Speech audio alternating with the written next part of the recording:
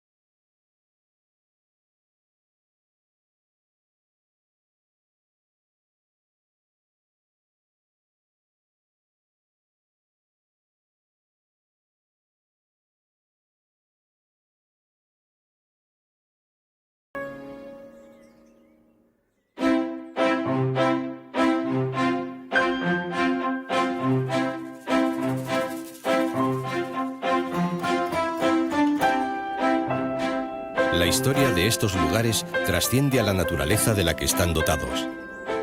La vida en estos lugares trasciende a las razones por las que se guía la civilización actual.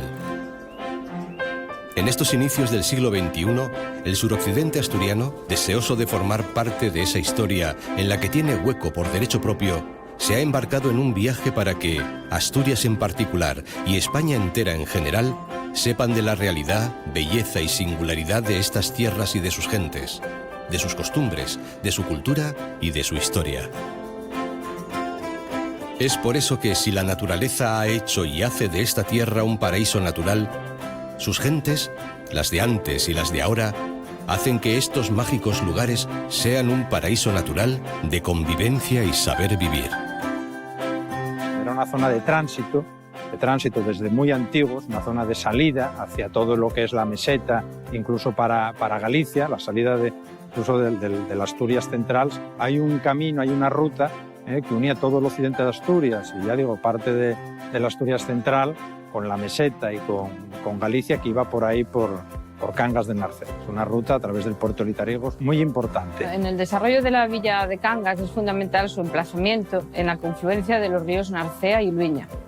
Eso va a hacer de la villa el centro de unas comunicaciones muy complicadas por la orografía, el centro de esas comunicaciones del suroccidente de Asturias. ¿Qué hitos marcan esa ruta? Que sus moradores era un privilegio real que daba el rey y que otorgaba a los pobladores de allí de Litariegos la facultad de no pagar impuestos y no tener que cumplir ningún servicio de armas, ningún servicio militar, con la obligación de vivir allí y de atender a los viajeros y de tener libre el paso a ese puerto.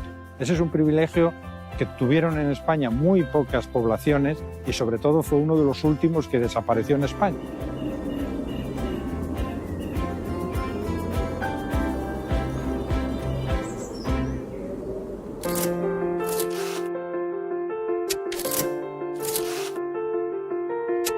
Y es que esta parte de Asturias, antes incluso de los privilegios reales, ya fue zona de tránsito y asentamiento. La ocupación humana comenzó a ser algo más importante en la Edad de Hierro, como atestiguan los castros que existen en este territorio. Quizá de esos asentamientos lo más llamativo siempre son las defensas. Los fosos, las murallas, a veces los torreones. Pero sabemos también que en el interior hay estructuras de carácter doméstico y a veces estructuras de carácter productivo.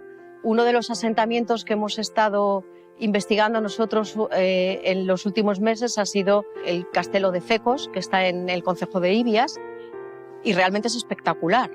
La cantidad de muros de viviendas que todavía se ven, elementos relacionados con la captación y la acumulación de agua. Entonces se conservan muchos restos, pero realmente estudiados en profundidad no demasiados. El Castro del Arón es el único excavado hasta la fecha por arqueólogos. Se excavó en 1978 y en él aparecieron casas de planta circular, tan características de estos poblados, que estaban cubiertas con materias vegetales. Muchos de estos castros serían ocupados por los romanos, que en tiempos del emperador Augusto llegaron a estas tierras. Cuando Roma decide conquistar el noroeste de la península ibérica, en realidad forma parte de una operación que nosotros llamaríamos ahora geopolítica, de cerrar las fronteras del imperio. Pero aparte de eso, cuando ese territorio se controla y se domina, Roma se da cuenta de que esas tierras encierran un recurso valiosísimo, que es el oro. Para el poder político romano en ese momento, la acuñación de monedas de oro se convierte en un elemento fundamental de poder y de propaganda. Las explotaciones se sabe que duraron más de 100 años, pero bueno, en el siglo III ya aquello se para con la explotación y claro, dejó muchos testimonios en el paisaje, mucha toponimia. Porque para la explotación de esas minas de oro solo son necesarias dos cosas: el agua y el trabajo de los operarios. Y ambas cosas han dejado su huella en los paisajes, es una huella indeleble. Entre los siglos I al III después de Cristo, explotaron intensamente los yacimientos de oro y alteraron el paisaje con canales y túneles para conducir el agua, embalses y sobre todo con grandes movimientos de tierra que dejaron enormes trincheras en las montañas, que a pesar de la vegetación y el paso del tiempo, aún hoy son visibles y reconocibles. Otras huellas de su presencia son lápidas funerarias, como la de Lucio Valerio Póstumo, que apareció cerca de la Viliella y se conserva en el Museo Arqueológico de Asturias, o las monedas que se han encontrado en Vimeda o en Trones.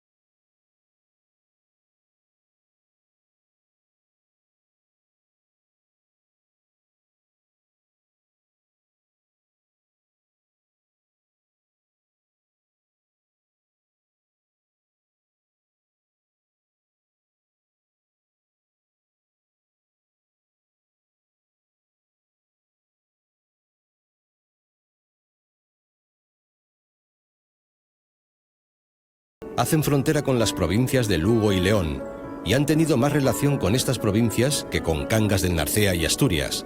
La razón, la falta de vías de comunicación. Las únicas que había hasta hace pocos años se habían abierto a mediados del siglo XX.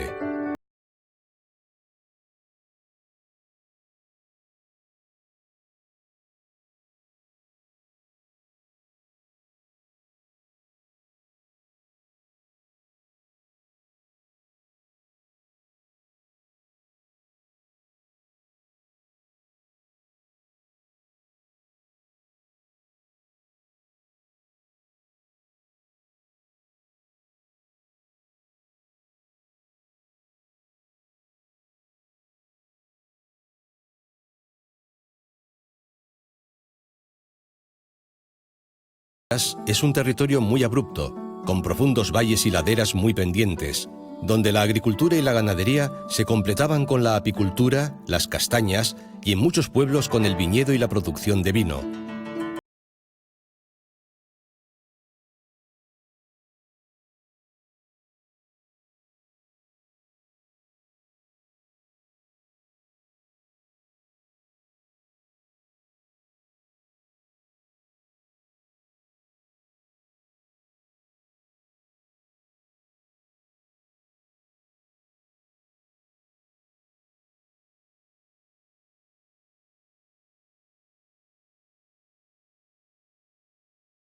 la del precioso enclave de San Antolín de Ibias, que destaca por ser un edificio románico del siglo XIII construido con pizarra, que es el material predominante en la arquitectura del concejo de Ibias.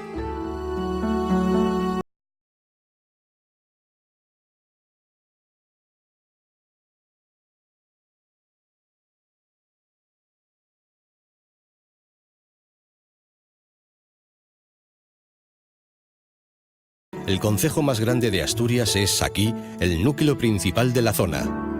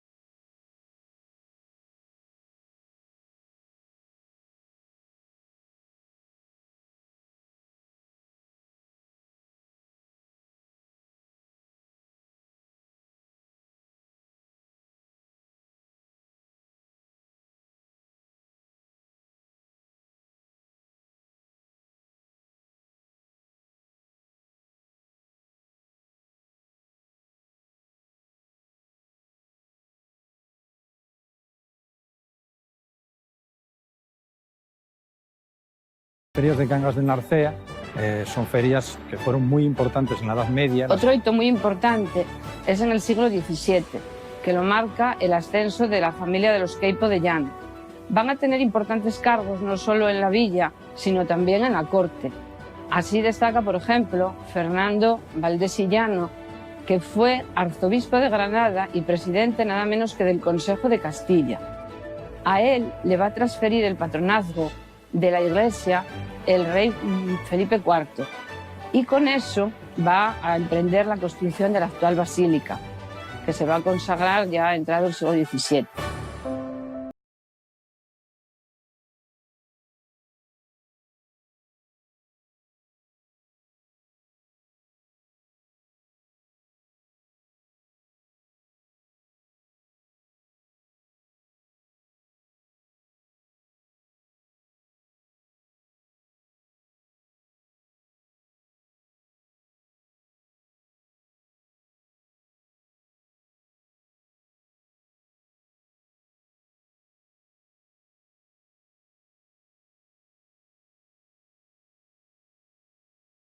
Fueron trazados por Bartolomé Fernández Lechuga, maestro de obras de la Alhambra de Granada, y desde el 8 de noviembre de 1992 es considerada basílica.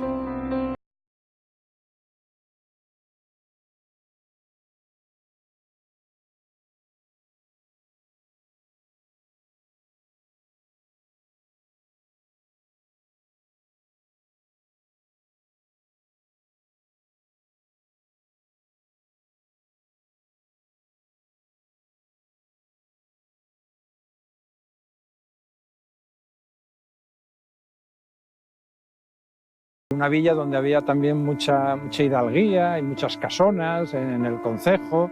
Claro, ahí hubo familias, hubo linajes muy importantes. ¿En qué se manifiesta esto después en el territorio? Pues en la cantidad de palacios que hay.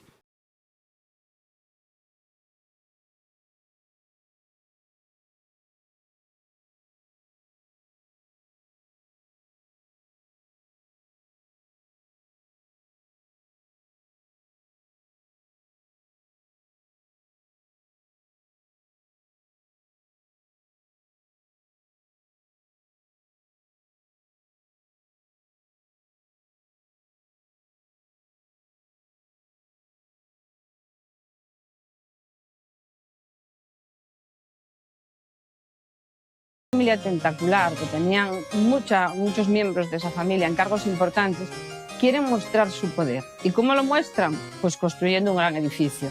Y ese edificio es el Palacio del Conde Toreno. El Palacio de los Condes de Toreno es probablemente uno de los más bellos palacios del concejo. fue mandado construir por Álvaro Queipo de Llano y Bernaldo de Quirós, cuando Felipe IV le concedió el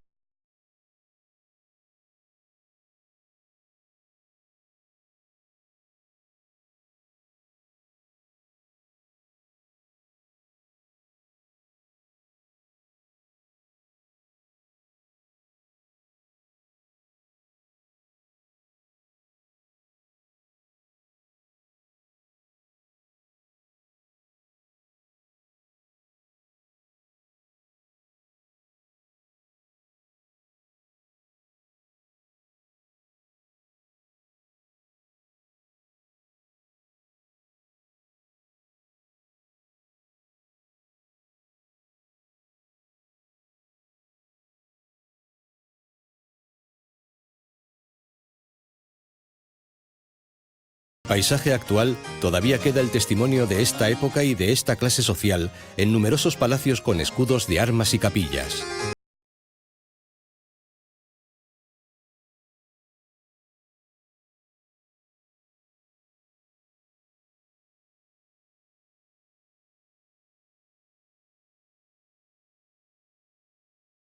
Importancia, su majestuosidad y su historia, ese es, sin ningún género de dudas, el antiguo monasterio de Corias.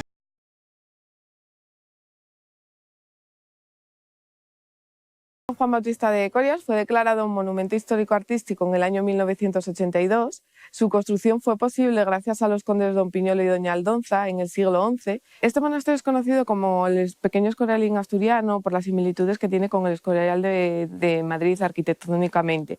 La iglesia que tenemos actualmente es una iglesia renacentista y destaca sobre todo el Cristo de la Cantonada, que es una de las tallas más importantes del románico del medievo asturiano.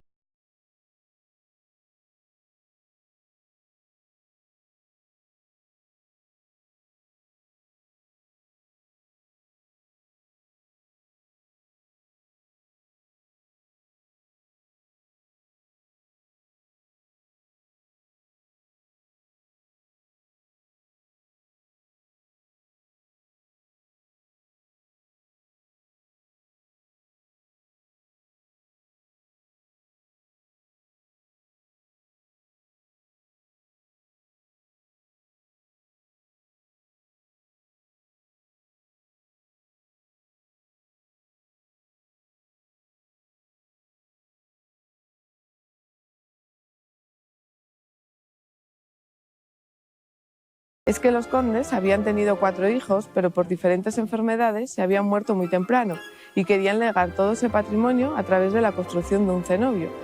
El conde Piñolo, según se cuenta en el libro Registro de Corias, fue tocado en su corazón por el Espíritu Santo para que fundara un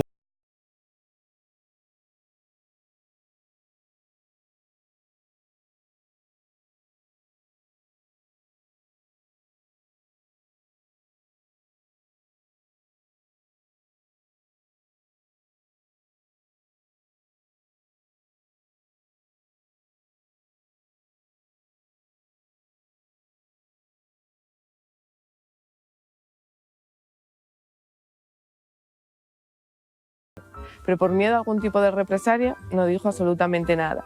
Tuvo otro segundo sueño en el que vio bajar la iglesia en cadenas y se ubicaba en este mismo lugar, pero tampoco hizo mención. Pero el tercer sueño sí que fue muy efectivo, en que el ángel le bofeteó la cara. Entonces ya le contó todos los sueños a los condes.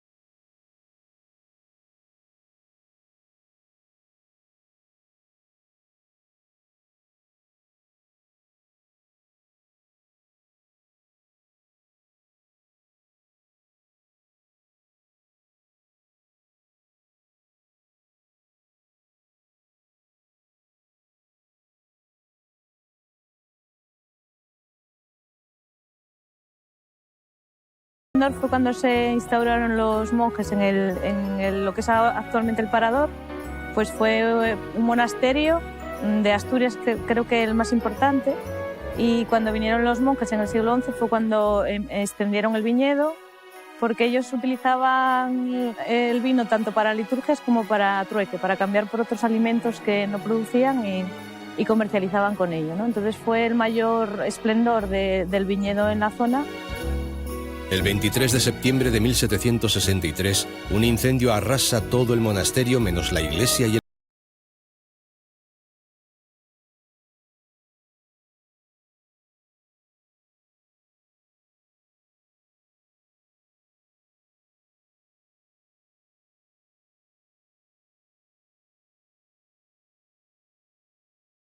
arquitectos son los dos miembros de esta academia: Jerónimo García de Quiñones, maestro mayor de la Catedral de Salamanca, y Miguel Ferro Cabeiro, maestro mayor de la Catedral de Santiago de Compostela, que fue el principal responsable de la obra. Los benedictinos estarían aquí hasta el año 1835, que es cuando se produce en España la desamortización de Mendizábal, que es expulsado todo el clero de todos los edificios monacales. Y entonces hace que del año 1835 hasta el año 1860 este monasterio esté totalmente desocupado, hasta la nueva ocupación de los dominicos, que es la orden que actualmente tenemos aquí.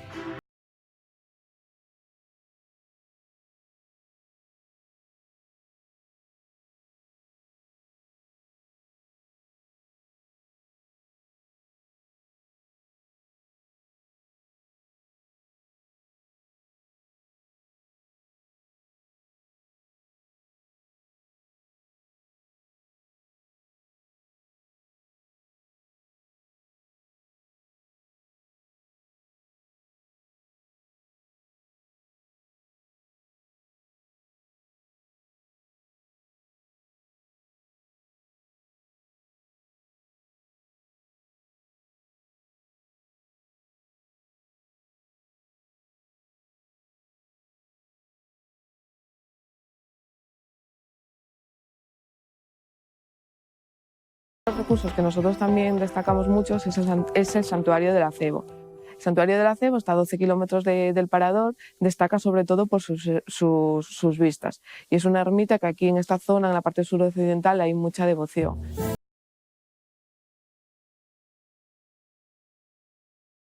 El Santuario del Acebo es uno de los lugares que cualquier viajero que venga a esta parte del mundo tiene que visitar.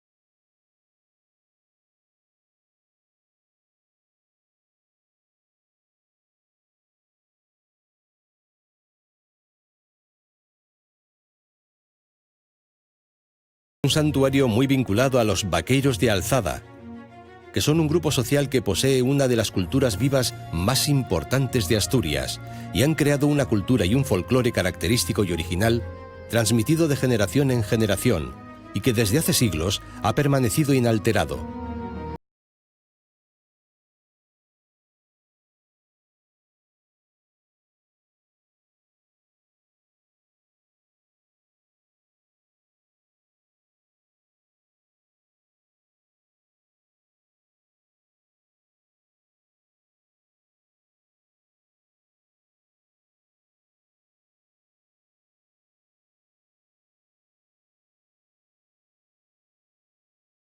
El ganadero en Cangas de siempre fue un potencial, desde que empezó la minería, como alternativa o complemento a la minería, pero desde siempre fue una comarca, por los pastos disponibles, por la zona geográfica, siempre fue una actividad importante en el sector.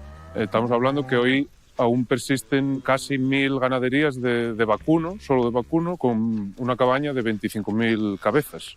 Realmente en Asturias fue todo actividad rural y cualquiera que quiera no busque espacios naturales. Cualquier monte, cualquier árbol, cualquier tal, está ahí porque hace 10.000 años hubo pastoreo y hubo ganadero. El animal, el ternero, el chato, pasa con la madre mamando como mínimo 5 meses. En los pastos, la imagen bucólica de Asturias o explotada turísticamente, precisamente en muchas ocasiones es una vaca en el prado con el chato. También tenemos Besullo. Besullo es un pueblo que destaca porque se encuentra la casa natal de Alejandro Casona, que es el dramaturgo asturiano, y porque también tenemos un mazo, que es una antigua herrería.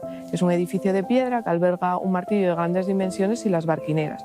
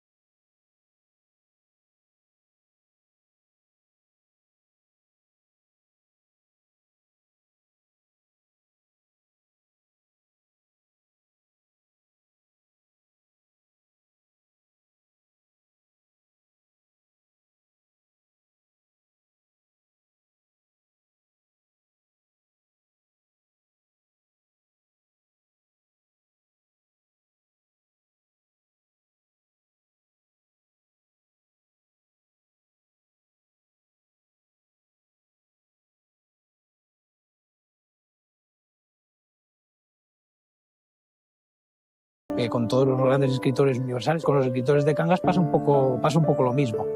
Son escritores que en sus obras, pues digamos que ese lugar de origen, ese mundo original, pues sí tiene o suele tener cierta presencia. Alejandro Casona, que es para los cangueses es un emblema, es una especie de símbolo, es alguien tan importante como el Monte de Muniellos o, no sé, como el Monasterio de Corias, es una cosa fundamental porque lleva el nombre de Cangas por todo el mundo, ¿no?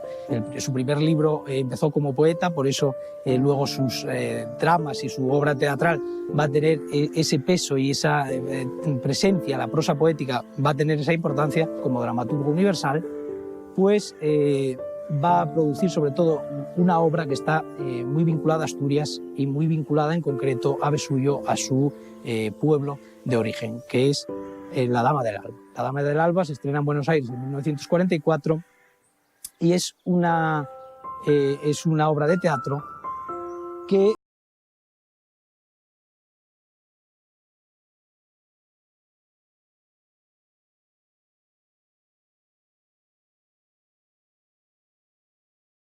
autor, ¿no? Ese salto entre lo local y lo universal. Todo autor se mueve en esa dialéctica que va de lo local a lo universal.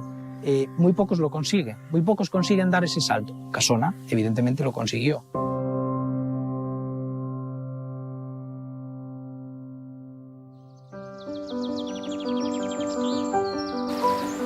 Alejandro Casona se vio tremendamente influenciado por las costumbres de esta tierra y por su impresionante paisaje.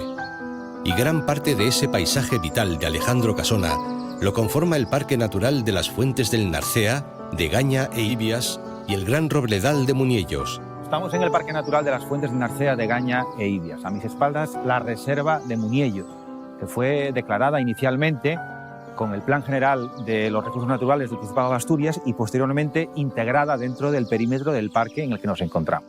La Reserva Natural Integral de Muniellos es un espacio muy singular, muy especial, porque alberga un robledal muy bien conservado. Se dice de él que es el robledal más extenso y mejor conservado de la cordillera cantábrica y también de toda Europa. El famoso Monte Muniellos, ya se usa ese término en el siglo ya finales del siglo XVIII. Todo empieza a partir de 1760, cuando dentro de una política también nacional de reforma y de mejora de la Armada, de la Marina Española, pues se fundan arsenales en España, entre ellos el del Ferrol, y uno de los grandes problemas que tienen los arsenales y que tendrán siempre es el aprovisionamiento de materia prima de madera. ¿Cuál era el gran problema, que va a ser el gran problema de Muniellos para su explotación en el siglo XVIII, XIX y hasta el siglo XX, la comunicación. Que es el gran problema de Cangas a lo largo de la historia. Es verdad que en este territorio, y en particular en la Reserva Natural Integral de Muniellos, tenemos la suerte de poder contar con una especie tan emblemática como es el oso pardo. Incluso estamos intentando afinar hasta el extremo de saber convivir. Está claro que en un primer momento, cuando se decide implantar una estrategia para recuperar la especie, es porque en algún momento se detectó que podía llegar a extinguirse.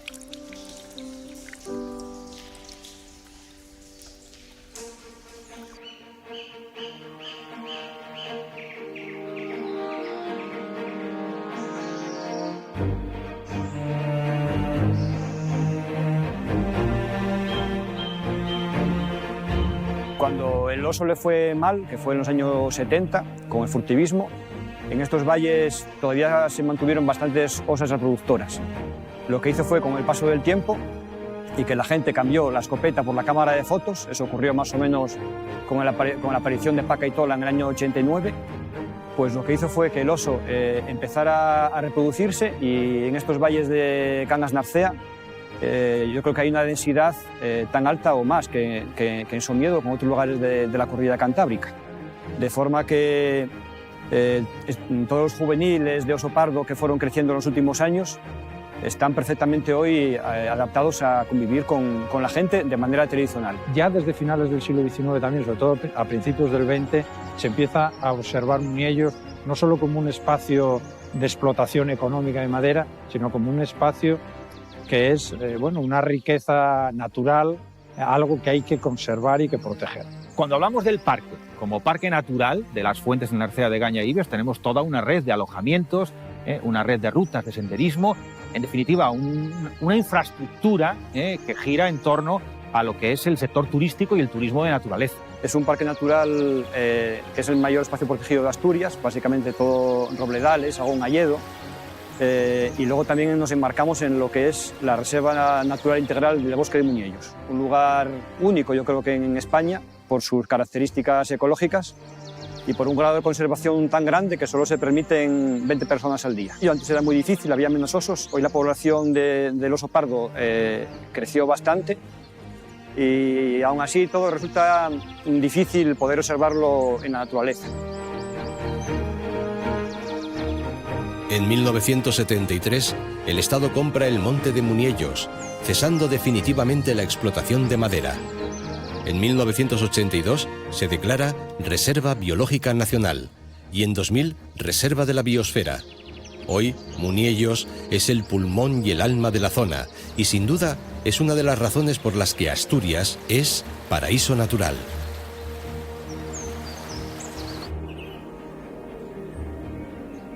El otro gran hito en la evolución del plano de Cangas pues es el boom de la minería. El boom de la minería, que tiene un comienzo emblemático con la construcción de las viviendas del Fuejo, que encargó el Ministerio el plano, el proyecto, al arquitecto local José Gómez del Collado, y ese proyecto incluyó la construcción de un puente colgante. Ese puente colgante, la finalidad era unir el barrio con el centro de la villa para que no se degradase el barrio. La época de mayor crecimiento económico fue con la minería, que empezó ya antes de la Guerra Civil, en los años 20 y 30 se empezaron las primeras explotaciones, y que después, por la historia contemporánea de España, con el franquismo, la autarquía, el carbón tuvo un momento de una importancia estratégica para el país tremenda. Entonces las explotaciones en los años 50, sobre todo 60 y 70, pues claro, fue una riqueza tremenda. Pero claro, luego vino la crisis del petróleo en 1973 y eso provocó un incremento de la producción del carbón que trajo consigo un gran aumento de población en Cangas de Narcea ya a finales del siglo XX y durante el siglo XXI, con la reducción de la producción del carbón, pues la villa está sufriendo una transformación con la terciarización de la economía. Hoy la mayor parte de las minas están cerradas. En los últimos años se hicieron en Degaña e Ibias explotaciones a cielo abierto que han dejado grandes trincheras en un paisaje desolado. En Ibias, en la actualidad, no queda ninguna explotación de carbón. En Cangas todavía se mantiene la empresa Carbonar. Pero el futuro no parece halagüeño para la minería asturiana. La mayor preocupación de estos concejos en el presente es la despoblación y el envejecimiento de sus habitantes. Pero no todo son tristezas. El desánimo no ha podido aún con el espíritu de lucha de los vecinos.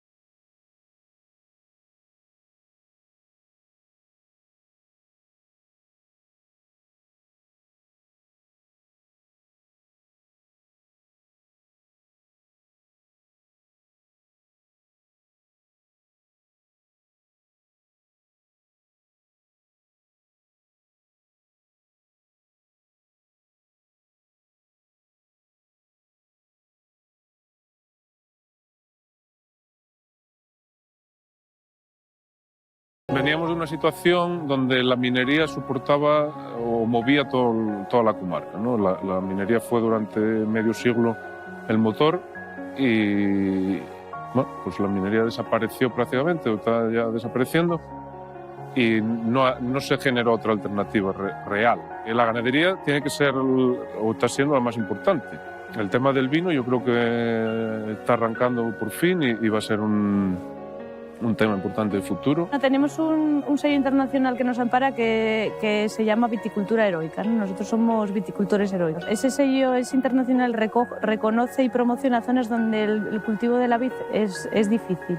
Bien sea porque estén en zonas muy altas o bien sea porque estén en zonas muy pendientes, con parcelas pequeñas, con bancales, como tenemos aquí en Cangas, ¿no? En España solo hay otras 3 zonas que tienen este sello, este reconocimiento, que es Priorato, Ribera Sacra y Vino de Canarias.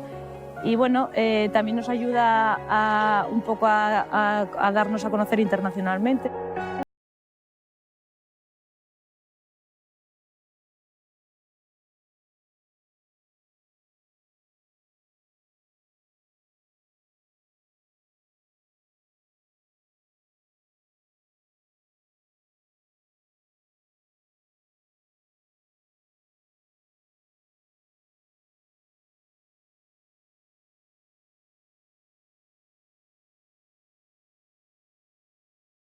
Muy al norte serán los viñedos más septentrionales de España, con una región muy vinculada a la viña, muy orgullosa del trabajo del viñedo y con una superficie que no llega a las 100 hectáreas. Entonces, no estamos hablando de una zona productora de gran superficie, no estamos hablando de las técnicas habituales de cultivo, sino que nos remiten a épocas de cultivo manual, toda una serie de pequeños pueblos que tienen muy poco viñedo, pero con una singularidad importante. Singularidad en cuanto al tipo de cultivos, es decir, la forma de cultivar, viñedos en ladera, con fuerte pendiente, son variedades que no hay en otras zonas, viñedos emparrados en caminos, que ya no quedan en otras partes de España. Hoy, el Museo del Vino de Cangas del Narcea es el lugar en donde historia y tradición se funden con modernidad y futuro. Su visita nos devuelve a la realidad que las gentes que desde tiempo se han dedicado a la viticultura han vivido en este trabajo tan gratificante cuando su resultado, y aquí a todas luces bueno, llega a nuestro paladar.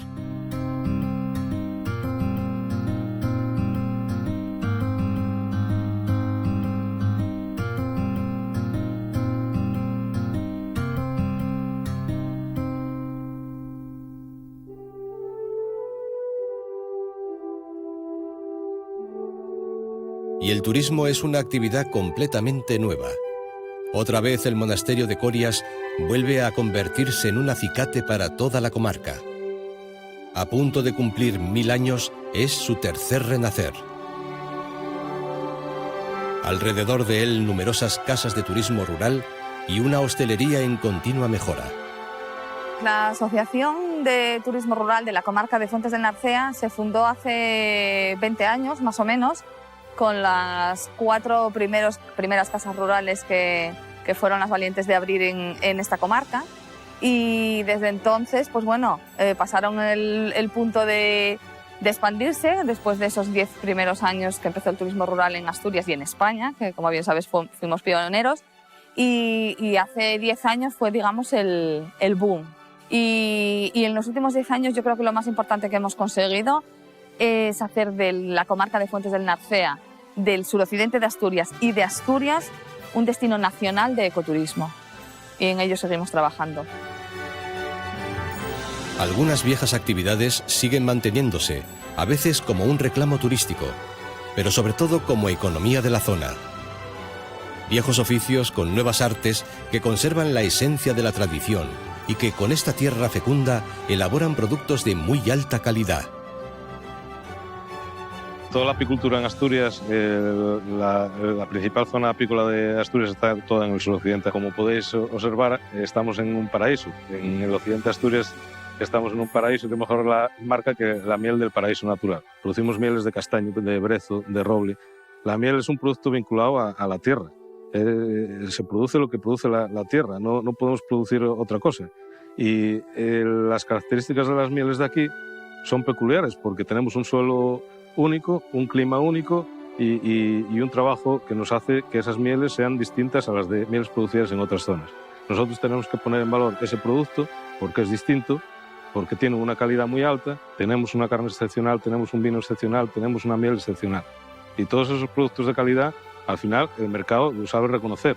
Y nosotros estamos poniendo nuestro pequeño grano de arena. Y creo que necesitamos un poco más de seducción en cuanto a las formas de hacer miel, a las formas de hacer vino, a las formas de hacer pan. Que es importante el pan en Cangas de Narcea, en primer lugar por la tradición de todos estos años de atrás. Es que se está haciendo como se hacía antiguamente y yo creo que es un poco la gente lo valora. Con hornos de leña, desde moler nuestros propios trigos, masas madres, que aquí en Cangas o en Asturias se llama formiento. Entonces yo creo que al final es un poco marcar la diferencia y separarse un poco de todas esas industrias que están haciendo las cosas a lo grande. Del pasado también se mantiene una riquísima y arraigada cultura popular que se resiste a desaparecer. El son de arriba, la jota de Cangas y las danzas de palos de larón, de gaña o tormaleo se siguen bailando y enseñando. Los pandeiros, la gaita y las castañuelas y la tonada, canciones y romances también se enseñan en la Escuela de Música Tradicional de Cangas, que año tras año tiene numerosos alumnos de todas las edades. Son unas señas de identidad y motivo de unión entre los vecinos.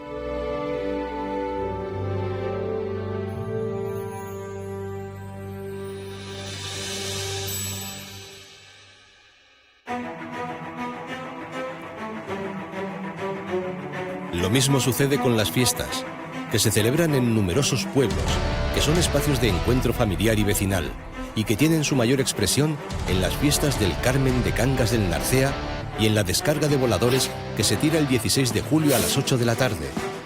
Esta fiesta es la manifestación de un pueblo entero agrupado en peñas y en sociedades.